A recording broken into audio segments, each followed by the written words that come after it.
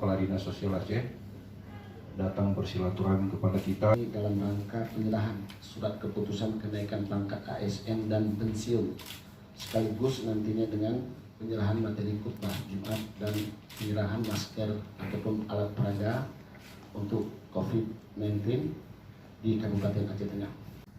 Begitu ribut masalah masker dunia, saya perintahkan jajaran saya untuk menjahit masker dari kain. Maka kami anggarkan 300.000 masker untuk Aceh Tengah. Jumlah penduduk Aceh Tengah dengan yang baru lahir mungkin 214.000 kurang lebih. Salah satu doa yang diterima Allah Subhanahu Wa Taala adalah pemimpin yang tidak jarim dan jujur. Itu diterima pasti. Jadilah kita menjadi pemimpin yang jujur, jangan itu.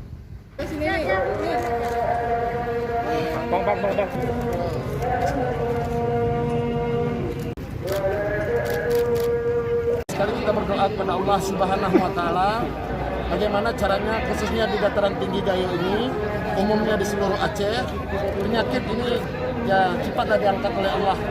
Cuman kita manusia hanya bisa berusaha dan berikhtiar. Ketentuan tentu dari Allah.